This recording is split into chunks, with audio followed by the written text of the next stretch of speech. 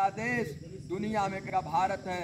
और भारत को सुंदर भारत बनाने के लिए आज आरएसएस गांव-गांव जाकर शाखा लगाकर राष्ट्रभक्तों का एक संगठन खड़ा कर रहा है। और उस संगठन का ये ध्येय है कि भारत को सुंदर भारत बनाना।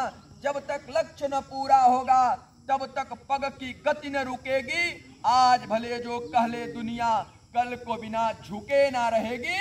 उस दुनिया के सामने भारत माता के वैभव को दिखाने का काम आरएसएस गांव-गांव जाकर के संघ की शाखा लगा करके नौजवानों के अंदर में देशभक्ति के भाव का जागरण करा के एक देशभक्त मतवालों की टोली खड़ा करके हम गांव-गांव में ऐसा करना है।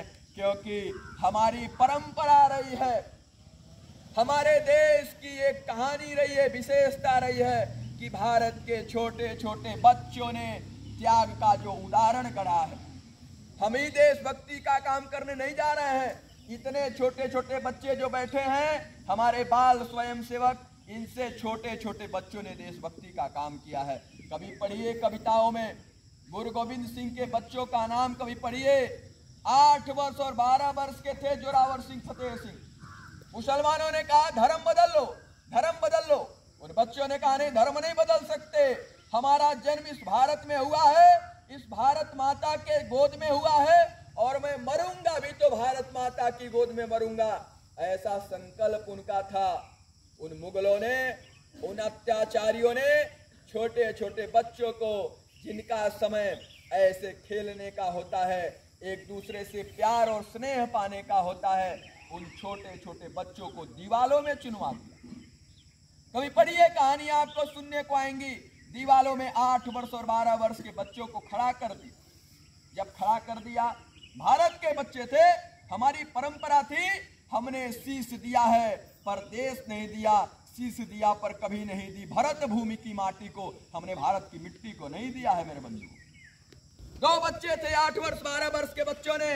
जब मुगलों ने उनको दीवालों में खड़ा कर दिया, चलो अब तुमको दीवालों में चुन दिया जाएगा, मर जाओगे, धर्म बदल लो। लेकिन दोनों बच्चों ने कहा कि हम धर्म नहीं बदलने वाले हैं, उसमें न रहो, हम धर्म नहीं बदलने वाले हैं। दीवालों में दोनों के गर्दन तक दीवालें चल गई। तब तक दोपहर का समय हो गया। जो दीवाल चुनने वाले कारीगर थे उनको भूख लग गई, भोजन करने चले गए। तब तक क्या हुआ कि छोटा भाई देख रहा है कि आसमान में बादल भी नहीं है, बहुत तेज धूप हुई है, लेकिन मेरे ऐसे कंधे पर आंसुओं के पानी के बूंद कैसे पड़ गए। देखा पानी के बूंद कैसे हैं, ऊपर देख रहा है तो बड़े भाई के आंखों के आंसू के बूंद थे। बड़ा भाई 12 वर्ष का था, छोटा 8 साल का था। कहता है भैया तुम कायर हो, मौत से डर के रो रहे हो क्या।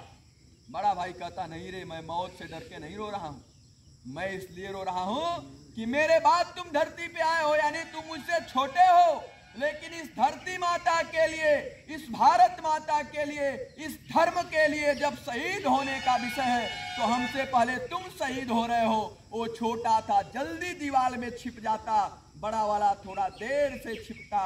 ये दोनों भाइयों की वार्ता को, बातों को जब वो आतंकी सुने, मुगल सिपाही सुने, उनको लगा बच्चे डर गए, आंखों में आंसू आ गए, कोई बात नहीं, चलो दीवालों से निकाल दिया जाए, धर्म बदल दिया जाए। लेकिन बंधुओं, जब मुगल के सैनिक आकर उनको घेर लिए, कहे क्या हुआ, आंखों में आंसू आ गए, डर गए ना, बताओ दीवालों से निकाल दिया जाएगा, सब प्रकार की सुविधा दी जाएगी। लेकिन उन बच्चों ने, हमारे देश के सच्चे अच्छे बच्चे कभी डरते नहीं। हमने शेर के दांत भी गिनने का सामर्थ्य भरत जैसे बालक में हुआ है, इसलिए हम डरे नहीं, हम अपने आप को भयभीत नहीं हुए। हमने कहा, जोरावर सिंह ने हजारों सैनिकों के सामने कहा था, जोरावर जोर सा बोला, डरा नहीं। क्या बोला? जोरावर जोर सा बोला, फतेह सिंह शेर सा बोला, रखो ईंटे। मुगलों को कहा कि रखो ईंटे, भरो गारे, चुनो दीवाल हत्यारों, हमारी लाश बोलेगी, तड़पती सांस बोलेगी, पिता दशमेश की जय हो, हमारे देश की जय हो। देश की जय तो भारत के छोटे छोटे बच्चों ने किया, हम क्यों नहीं देश की जय करेंगे। यही आज आरएसएस गांव गांव कर रहा है कि हमारे अंदर उस देशभक्ति के भाव आ जाए, जिसके कारण फिर कोई आतंकी, फिर कोई बाबर, फिर कोई इस प्रकार का भारत के अंदर में पैदा न हो, फिर कोई अंग्रेज, फिर कोई मैकाले, फिर कोई मैक्स मूलर भारत के अंदर में न आकर भारत की संस्कृति से छेड़छाड़ करे। इसलिए आरएसएस गांव-गांव नौजवानों को खड़ा करने का काम कर रहा है। हमारा काम किसी प्रकार के किसी के विरोध में नहीं है, हमारा काम अपने धर्म की जय करने के लिए है। हम अपने धर्म की जय करने के लिए आगे बढ़ते हैं। बच्चों का उदाहरण मैंने आपके सामने दिया। हमारे देश की माताओं ने गोरखपुर के अंदर में एक क्रांतिकारी को फांसी दी गई। उनका नाम क्या था? उस क्रांतिकारी का नाम था राम प्रसाद बिस्मिल। 19 दिसंबर को राम प्रसाद बिस्मिल को फांसी की सजा होने वाली थी। क्यों फांसी की सजा होने वाली थी? क्योंकि देशभक्ति का काम करते थे राम प्रसाद बिस्मिल।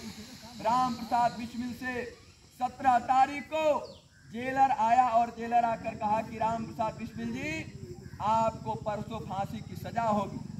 राम प्रसाद बिस्मिल कहे कोई बात नहीं, फांसी दे देना, लेकिन 18 तारीख को जेलर को फिर जाना पड़ता है। जेलर जाता है 18 तारीख को, तो क्या देखता है? जेलर जाकर देख रहा है कि राम प्रसाद बिस्मिल तो दंड बैठक कर रहे हैं जेल के अंदर में।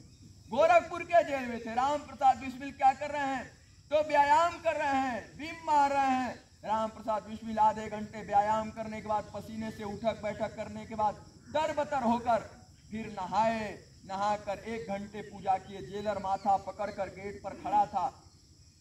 जेलर ने कहा, राम प्रसाद बिस्मिल ने कहा बताओ क्यों आए हो जेलर, क्या कहना है? जेलर ने कहा तुम्हारे माता पिता मिलने के लिए भोजन लेकर आए, इसलिए मैं आया हूं, लेकिन ये बताओ कि किस मिट्टी के तुम बने हो?